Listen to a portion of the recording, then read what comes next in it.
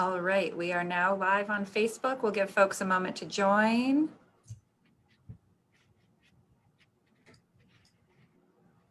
Anne, I'm really appreciating the artwork behind you. Thank you so much. Always glad to have a chance to feature it. That doesn't look like new artwork, or is it? No, it's not. My grandparents were both artists. My grandfather did all the Studebaker advertising. He designed all the Studebaker, and this is the artist side of his my grandparents' artwork, both of them. His non-commercial side. The non-commercial side. That's beautiful. All right. I have let our reporters in. Andy, if you would like to kick us off.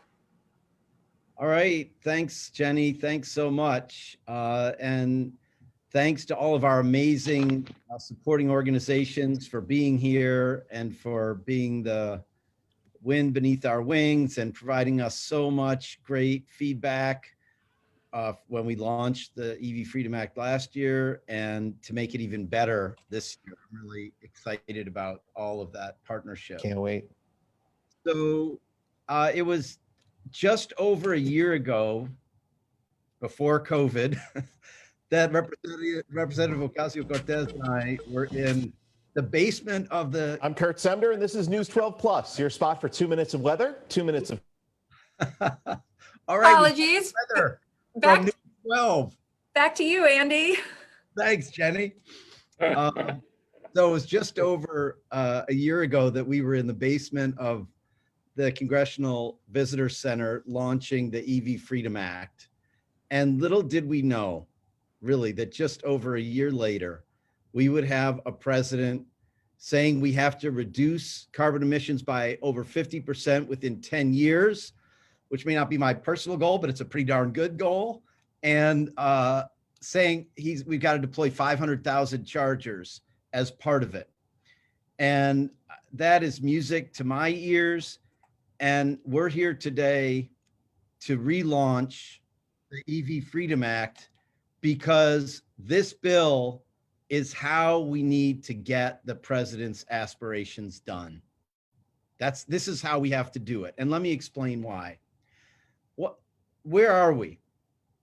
Right now, just a few percent of cars sold are EVs. We have just a little bit of charging capacity. We have only just under 42,000 publicly available charging stations with just over 101,000 individual units. The NREL, our National Renewable Energy Lab, says we'll need over 8 million to power EVs fully in this country. So we've hardly gotten started. But what's the role of the federal government here? Always, most of charging will happen in people's houses and at work. And we may have some role there. But what is the big barrier to helping people buy EVs fully, just every American, if they need to buy a vehicle? The answer is, the biggest single barrier is range anxiety. Regular people can't go buy a bunch of vehicles for this and that. If people buy a car, they've got to be able to go visit grandma in Omaha, Nebraska. If somebody gets sick in their family, they have to go take care of their sister. If their kid goes to Podunk U, they have to get to Podunk. And, you know, we are not there at all. And it's not about waiting for markets, because it's not necessarily in anybody's economic interest to provide that charging capacity right now. But it can unleash the automakers right here across the street from me in Warren, Michigan, and around Metro Detroit to sell all those EVs if we provide high-speed chargers throughout the national highway system. So here's what this bill does. Within 1 year, the Secretary of Transportation has to come up with a plan, having consulted with the Secretary of Energy and many partners, to say how many chargers we need where, so that you can get in an electric vehicle anywhere in the lower 48 and get anywhere else without fear of running out of juice, and do the same thing within Hawaii, Alaska, and Puerto Rico. And then within 2 years, they have to come up with a study of how best to pay for this, including different partnerships. And within 5 years, this network needs to be in place. Friends, we are not messing around. We are talking about something that's comprehensive, national, up to the scope of saving our planet from the way we've been frying it in the Industrial Revolution, and doing it in a way that's fully just. Let me say a word about what it means for three groups or three levels. Number one, Detroit, Motor City. Here we are. I'm literally across the street from the GM Tech Center. Stellantis is right up here. Ford, all three of our big car makers have production facilities within a couple miles of my office. And we've got a vacant facilities that have been shut down as they've shipped production to Mexico. So this bill is necessary to let GM and Ford and Stellantis sell all the EVs they can make, because people will be able to buy them and put them to use on the road. It's hugely important for Detroit. Let me say something about America's role in the world of car production. Yes, China's way ahead of us in this. Europe is too. China produces 60% of all the passenger EVs made right now. They sell almost all of them in China. And they make 65% of all the battery capacity. They have 7 of the 10 biggest lithium-ion battery factories in the world. Only one of those is in the United States. If you want to have the production of cars here and of battery packs and everything, you've got to facilitate the industry taking off by letting people buy these amazing cars. So that's why it's so important. But the bottom line for me is, and I'm sure it is for Representative Ocasio-Cortez, is our own constituents. The auto workers, the communities on the front lines of climate change, the vulnerable communities. This bill is written, for example, so that 50% or more of all the grants go to frontline communities and communities at risk. It's written so that workers fully have the right to form unions, and this goes to unionize workers to install these charging stations. And you know what? To pick an example, let's say the engineers say at the junction of I-69 and I-94 in Michigan, we need to put in 20 chargers. I'm making that up. Let's say they say that. We're going to need a whole new substation there, friends. That's more union jobs for utility workers working for probably Consumers Energy in that area to put in the capacity so that the chargers can function effectively. So this is a jobs program, and it's an environmental and economic and racial justice program. It's a chance for us to change the way we do economic development going forward. And so I'm really excited about it. And with that, I don't know, Jenny, do I announce my dear colleague and co-sponsor here, my sister from the great state of New York, and really my partner in this, Representative Alexandria Ocasio-Cortez. Of course. Thank you so much, Andy. And I guess I should say Congressman Levin. It's so exciting. It's really thrilling. I sometimes find that our reintroduction of some of our bills this term in some ways is just as exciting, if not even a bit more exciting than the first time we've introduced these bills, because of the scope and the closeness of possibility, and also the progress that we've made since the last time we've reintroduced some of these bills. Over 2 years ago, we introduced the Green New Deal, which allowed for an entirely new frame for us to approach the climate crisis, which outright rejected this idea that jobs and justice and environmental progress are in competition with one another, and that in fact, we can create a just economy and millions of union jobs by actually transitioning and decarbonizing our economy and saving our planet.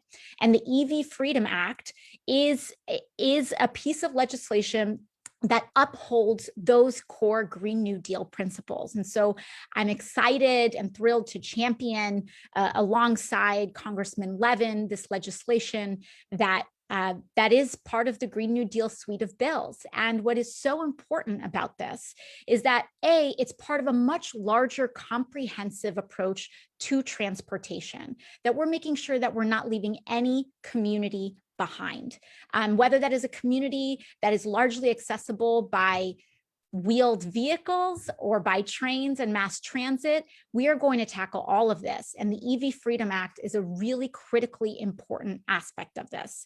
Since the introduction of the EV Freedom Act last term, I have actually driven in an EV cross country. And I saw and experienced for myself firsthand what the actual impact on these network effects are. Now, for some people with certain cars, certain EVs, you might be able to swing a cross-country trip. However, what you'll notice is that if you are able to find some of these stations, a lot of them are in the parking lots of major companies and corporations. And if you are in a more rural community, if you're in a frontline community, if you're in a lower middle or middle income community, those chargers will not be as accessible to you. And so without something like the EV Freedom Act, we are naturally set up to allow this infrastructure to be built along lines and geography of privilege. And if we are going to meet our climate goals, we have to make sure that we are building infrastructure for all. And that includes EVs for all, and where they are appropriate. And so it's so incredibly important that we build out this infrastructure, and then also to hammer home this point that we are not going to allow the transition from a fossil fuel industry to an electric industry to be ununionized. We have to make sure that our transition to electric is better for workers, it creates dignified jobs, and that people are better off with a decarbonized electric economy than they are with a fossil fuel economy. And so the EV Freedom Act hits those points, and it makes sure that those investments and people getting those jobs are the people who need them the most, and in communities that have been disproportionately impacted, not just by the climate crisis, but our overlapping crises of environmental injustice and economic injustice as well. So I'm so thrilled to be reintroducing this with you. I remember 2 years ago, Andy, when we were reintroducing this bill, people were saying, this is impossible. It's pie in the sky. No serious Democrat is ever going to agree to building hundreds of thousands of EVs in less than in less than 10 years, let alone 5 years. And lo and behold, we have, during that joint session, we heard about really building EV infrastructure across the United States in exactly that aggressive way that we were told was impossible just 2 years ago. And so I think it speaks to the amount of work that you have done, Congressman Levin, and the coalition building that you have created from the heart of from the heart of Motor City and the heart of just our union movement here in the United States. And so not only is this going to be good for workers, but we want to make sure that this transition is led by workers and the communities that are most impacted. So thank you so much for inviting me, for being here today, and let's get this thing done. 5 years, 500,000 EV charging stations. It is so doable. I'm almost tempted to say, let's go 1 million, Andy. Whatever it takes.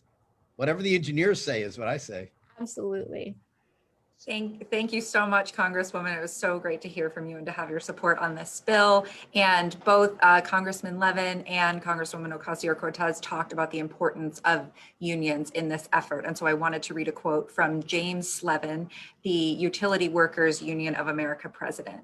He says, "The EV Freedom Act significantly improves our ability to capture all of the domestic job creation benefits coming from America's electric vehicle boom. The legislation introduced makes notable improvements, including stronger labor and environmental justice provisions we wholeheartedly support. Thank you, Congressman Levin, for spearheading this important policy initiative.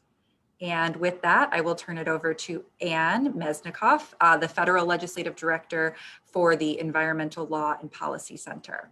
Thanks, Jenny. And thank you so much, Representatives Levin and Ocasio-Cortez. The Environmental Law and Policy Center is pleased to endorse the EV Freedom Act. We greatly appreciate your leadership in reintroducing this central element of moving us into a cleaner future for our climate, for air quality, public health, and recognizing the importance of job creation and equity.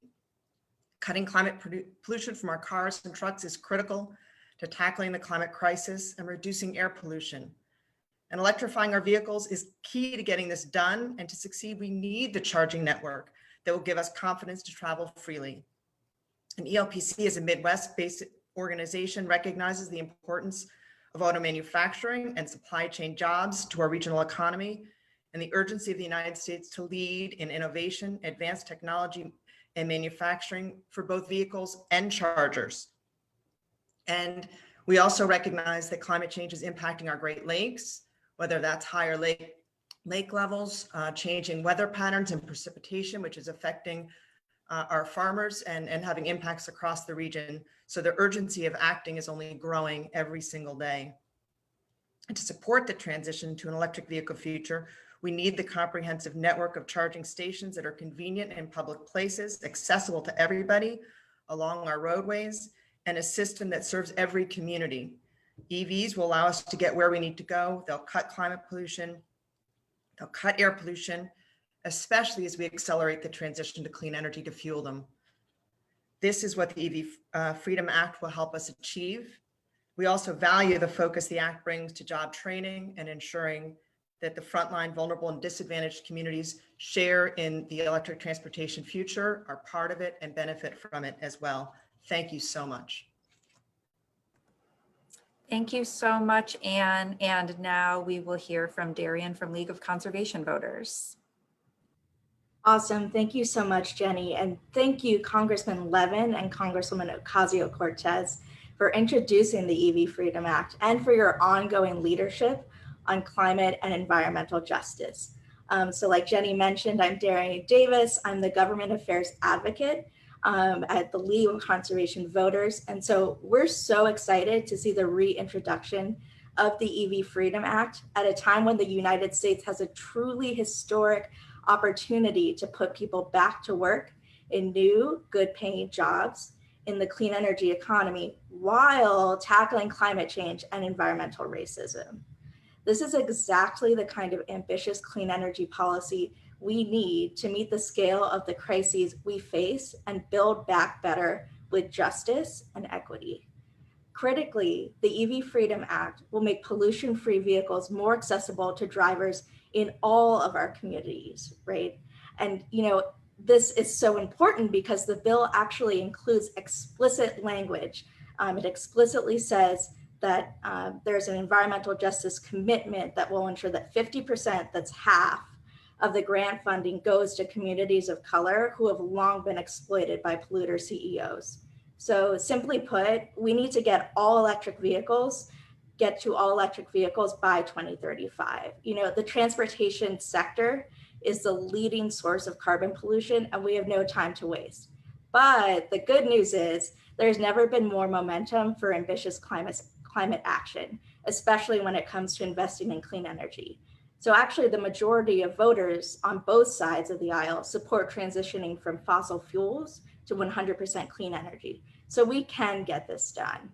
We urge Congress to fund clean transportation infrastructure as part of the American Jobs Plan, and with climate action, jobs, and justice at the center of it all.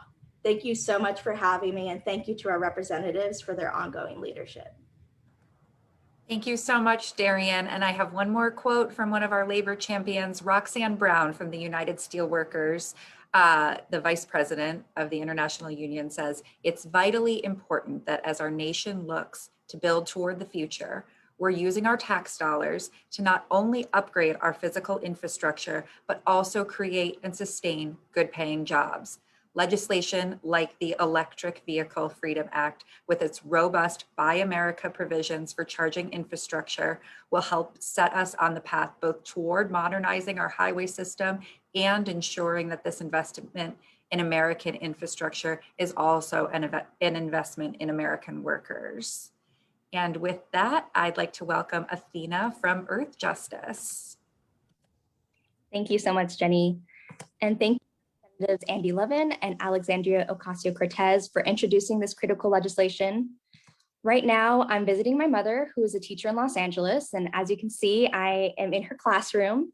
Of course, she's instructing in person now, so she kindly let me borrow her desk while I was visiting. And it reminds me of why this work is so important to me. As a child of immigrants who grew up in Los Angeles, close to a freeway, I had asthma growing up, which caused me to miss many school days, sometimes weeks, because I was being hospitalized. Unfortunately, my experience is not unique. We know that the climate crisis means we need to end our reliance on fossil fuels in our transportation system, the same reliance that has polluted our air to unacceptably high levels, especially in low-income communities and communities of color.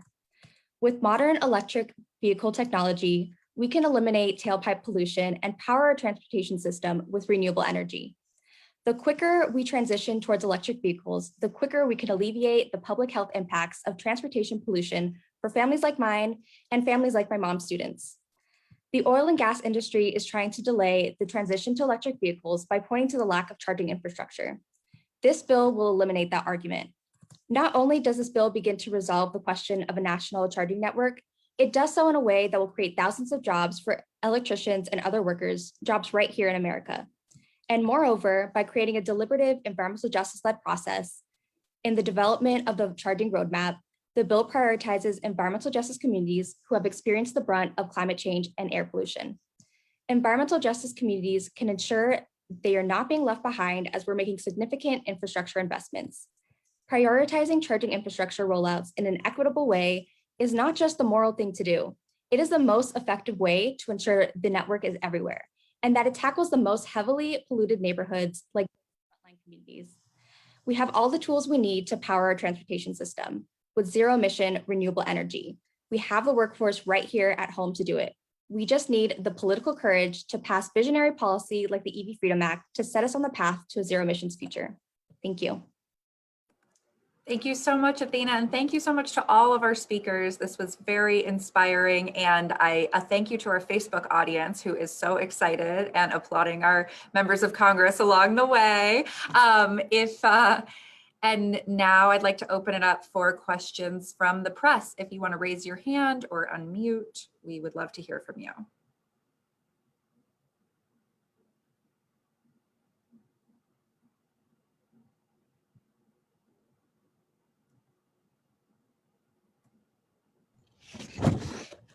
You know, Jenny, as they're getting, ready or whatever, let me just say that all this bill requires that all this new EV charging infrastructure be accessible to the public, be fairly priced, be ADA compliant, so it's accessible for everybody, be interoperable, so you don't have to worry about, does my car fit with that kind of charger? It would be able to charge all EVs.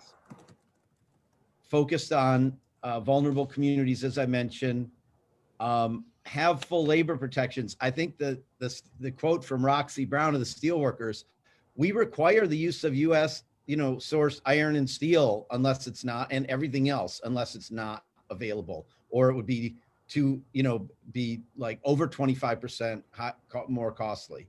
So, and finally, I'm not sure we fully said this, although I forget if Athena or Darian mentioned it, sort of alluded to it. We require a ramp up of renewable energy as fast as possible to power the chargers. So with that, Jenny, I see some people have raised their hands, so I'll turn it back over. All right, thank you, Andy. All right, Joseph Morton, would you like to unmute? Sure, thanks. Joe Morton, CQ roll call. Thanks for doing the call.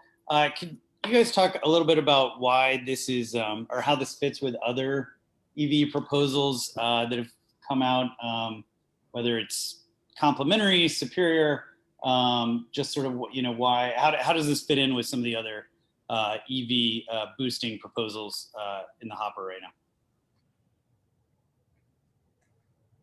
You want to hop in, Andy, or? You start. Sure. Well, I think one of the things that's really important about the EV Freedom Act in particular is that I think it's our theory of change, and something that we are starting to see increasingly in the climate movement is that we can't have climate action that operates just in the silo of environmental justice, or just in the silo of labor, or just in the silo of technology.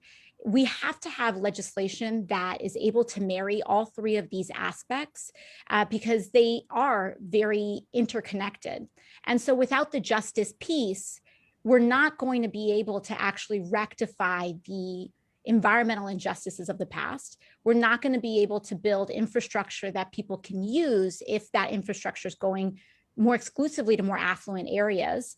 And also, we're not going to be able to build the political coalition and excitement necessary without the communities who will benefit just disproportionately in the enthusiasm of those communities. So I think that the intersectional approach of this bill is extremely important. It's very rare, I would say, to do what Congressman Levin has done in being able to build a strong coalition between labor and environmental justice and frontline communities in support of climate legislation. And so bills that are able to stitch together those constituencies, I think, are extremely promising and strong. And they bear, I think, the greatest chance at not just gaining passage, but just overall support and actually fulfilling the goals that we intend for them to fill. So, Andy, I don't know if you have anything else as well to add. Yeah. Yes. I mean, I 100% agree with all that.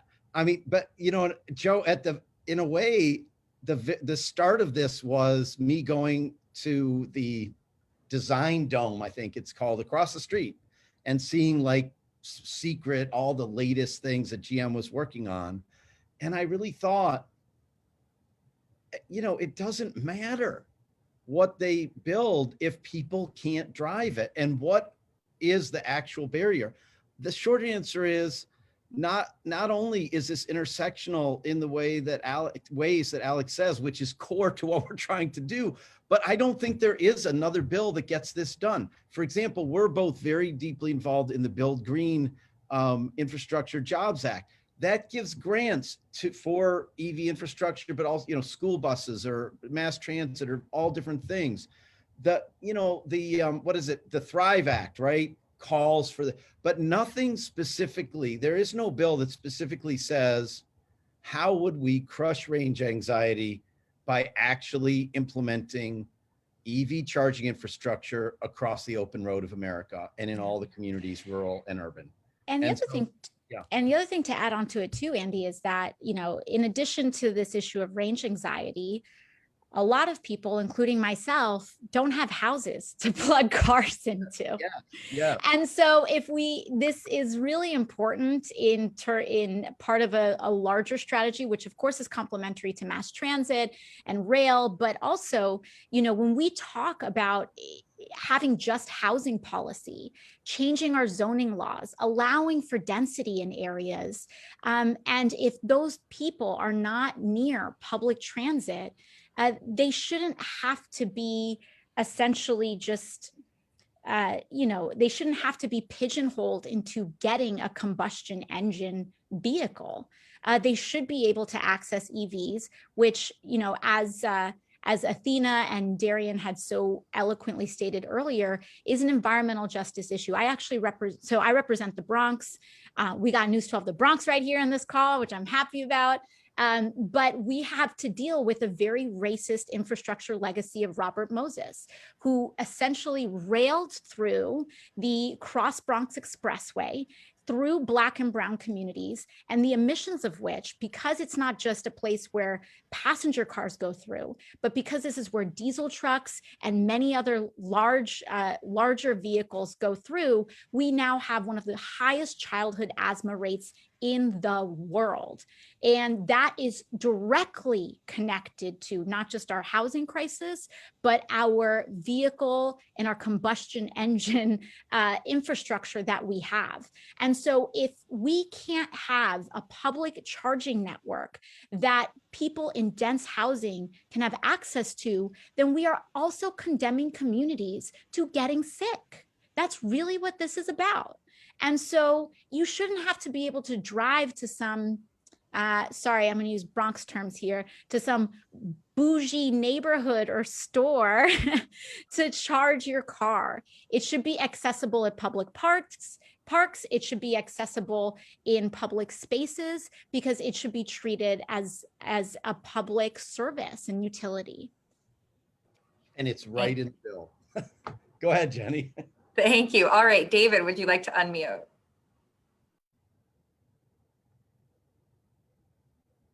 Oh, sorry about that. Can you hear me?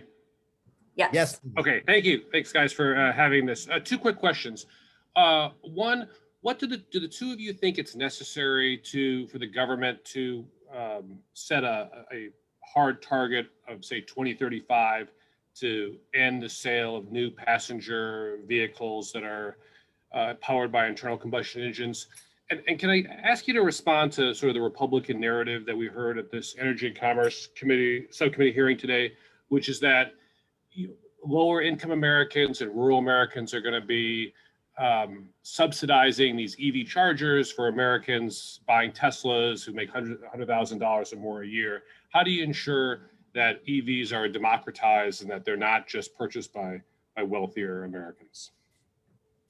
Yeah, well, I think one thing that is really important is that what this bill does is that it creates that infrastructure that is explicitly accessible to lower income Americans and rural Americans.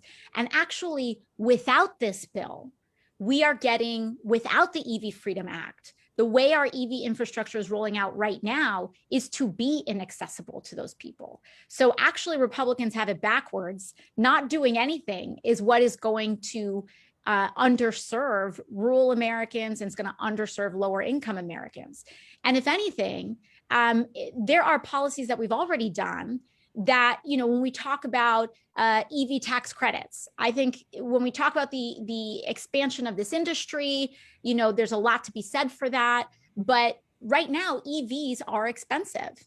And so the way that we can drive down these prices is by building out the infrastructure that will allow and help make more comfortable a general market that will start to produce more affordable EVs.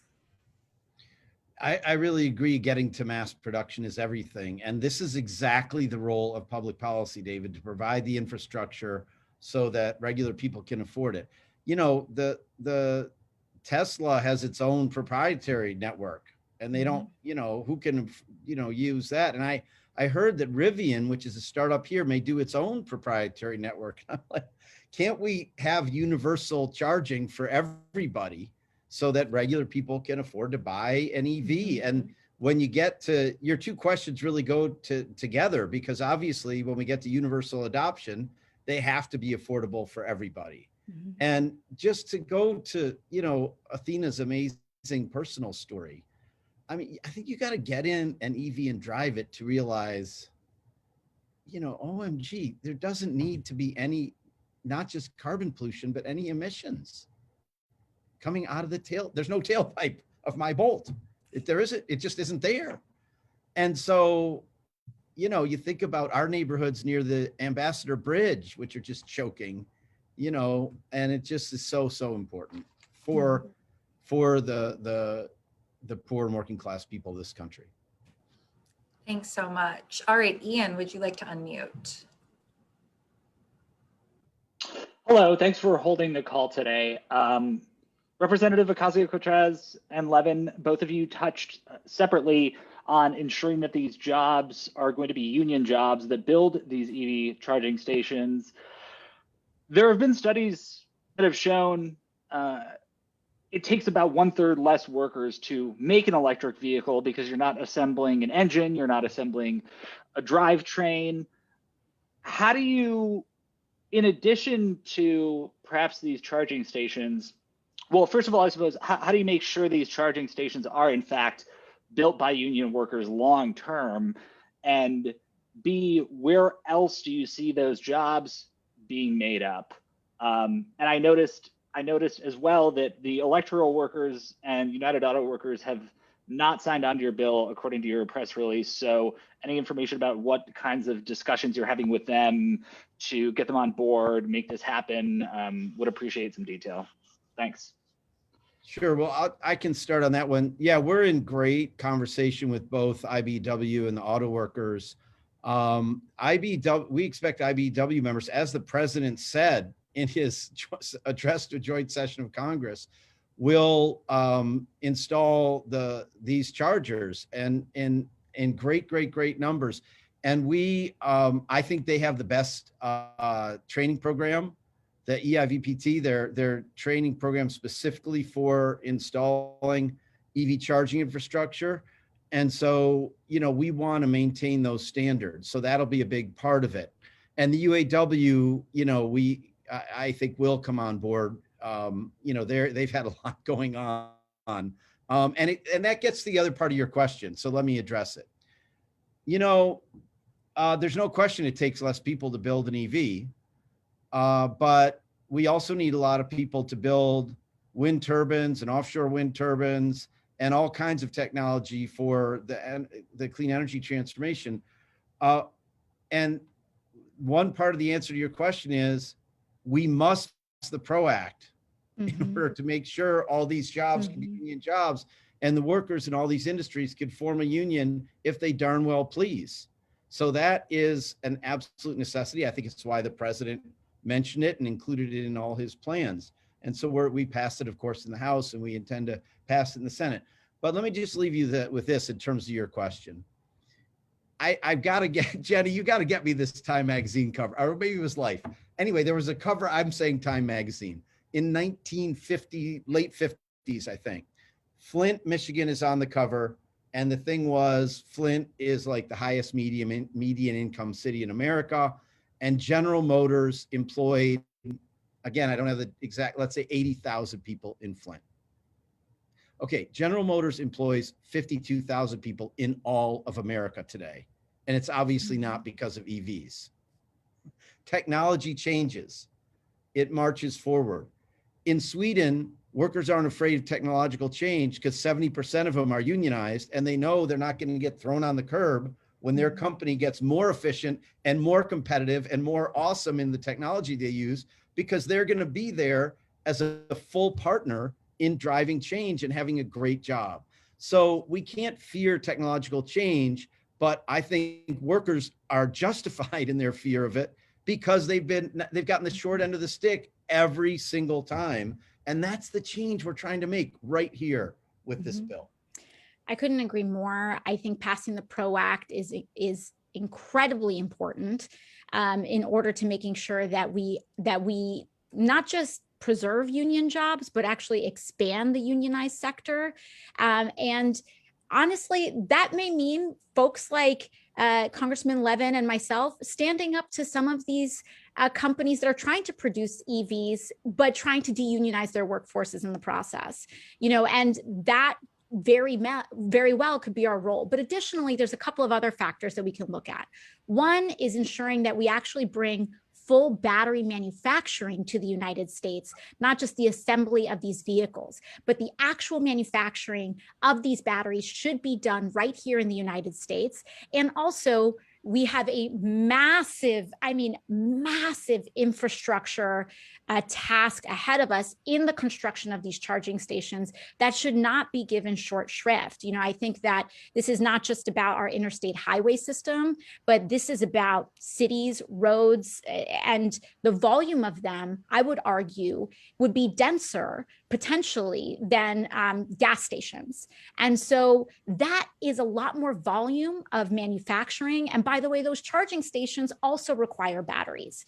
In addition to that, there's also room that we have upstream that isn't as, that doesn't overlap as neatly with with fossil fuel infrastructure. We can also, it will call for the expansion or potentially open the room for expansion in installing solar. And as Congressman Levin also said, wind, especially in areas with denser concentrations of charging stations. And so there is a lot of work that needs to be done.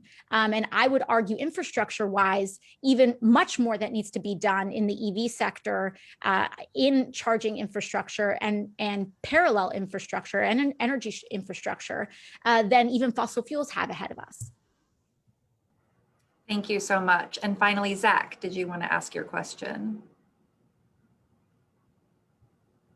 Am I coming through okay? Yes. Loud and clear. Cool. Sorry for the funereal lighting there, but Congressman Levin, I'm glad that earlier you mentioned the ADA because obviously both transportation infrastructure and climate change in general are something that disproportionately affect disabled people. And I'm just wondering to what extent representatives from those communities have been consulted in developing these kinds of policies. Great question. We intend to have people from the disability rights community as full partners right along in this. I believe it was input from them that made us add the full ADA compliance part. And so we intend to keep that dialogue going. And the law actually requires the secretaries, so the Secretary of Transportation is sort of in the driver's seat with the Secretary of Energy as a big partner, but it has a long list of consultations they need to make to figure this out and do it in a way that's fully just. So it's a great question. It's super important. Yes, thank you so much for asking that too, because it's important that that it's explicitly uplifted, that our community of our disabled community is an environmental justice frontline community. And so thank you for reiterating that.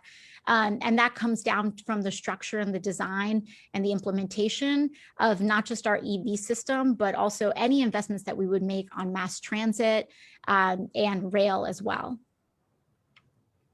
Thank you. Thank you. And Christopher had a question. Yes, hi, can you hear me? Yep. Perfect. Wanted to, first of all, thanks for doing the call. Wanted to just ask both Congresswoman Ocasio-Cortez and Congressman Levin about something the president said a bit earlier at the White House.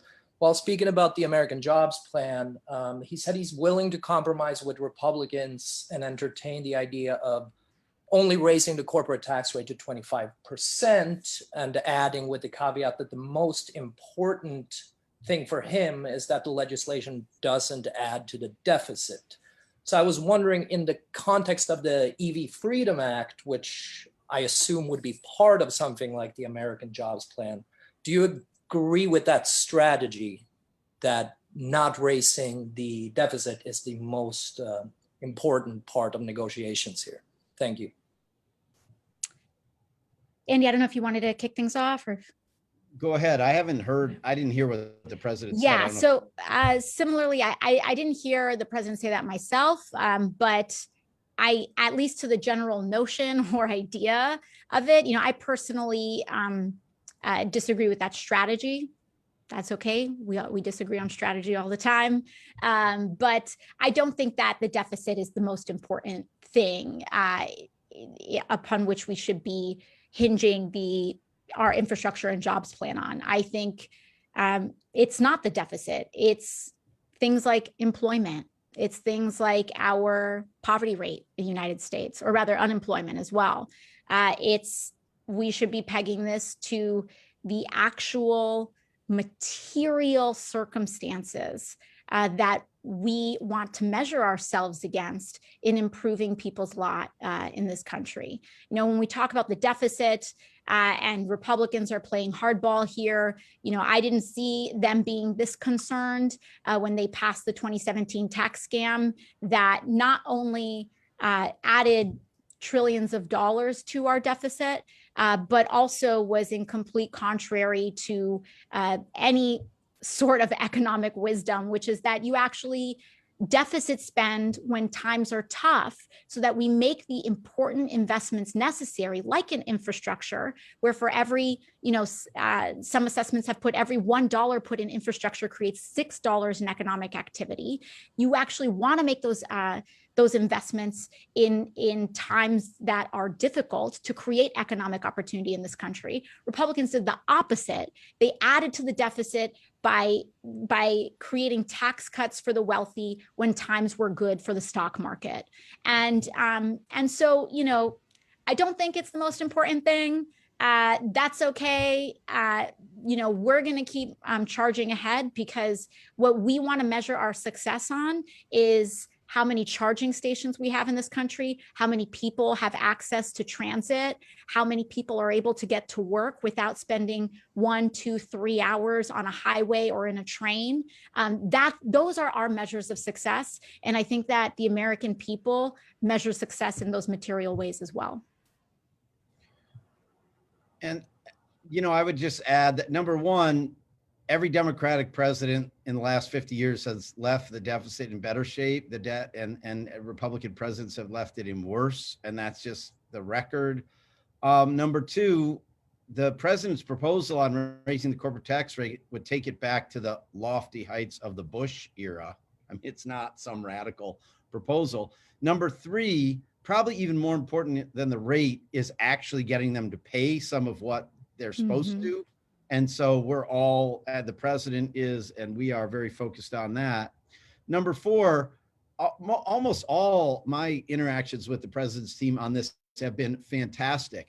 The president himself, the chief of staff, but also secretaries Yellen, Walsh, Granholm, Buttigieg, the ones who matter on this, all understand the following thing: that if we have universal child care, people will be able to go to work and pay taxes and help with the deficit. If we have universal pre-K, if we have free community college, people will make more money and pay more taxes. The way to deal with the deficit is to improve the infrastructure of this country, including the sacred human infrastructure of our people, so that they can thrive. And then our economy will rocket ahead. So I think, whether we have a little, strategy disagreement with the president on this or not, since I haven't read it, I don't know. But I feel like we're going in the right direction, and we have to go big right now to solve the American people's problems. All right. Well, that's a great spot to end it. Thank you so much to everyone for joining us, to the press for coming, for your great questions, to all of our Facebook audience out there, and to our members of Congress and speakers. Thank you for joining us. And you can be in touch with our office if you have any questions. Of course. Thank you. Thanks, Tina. Thanks, Dan. Thanks, Darian.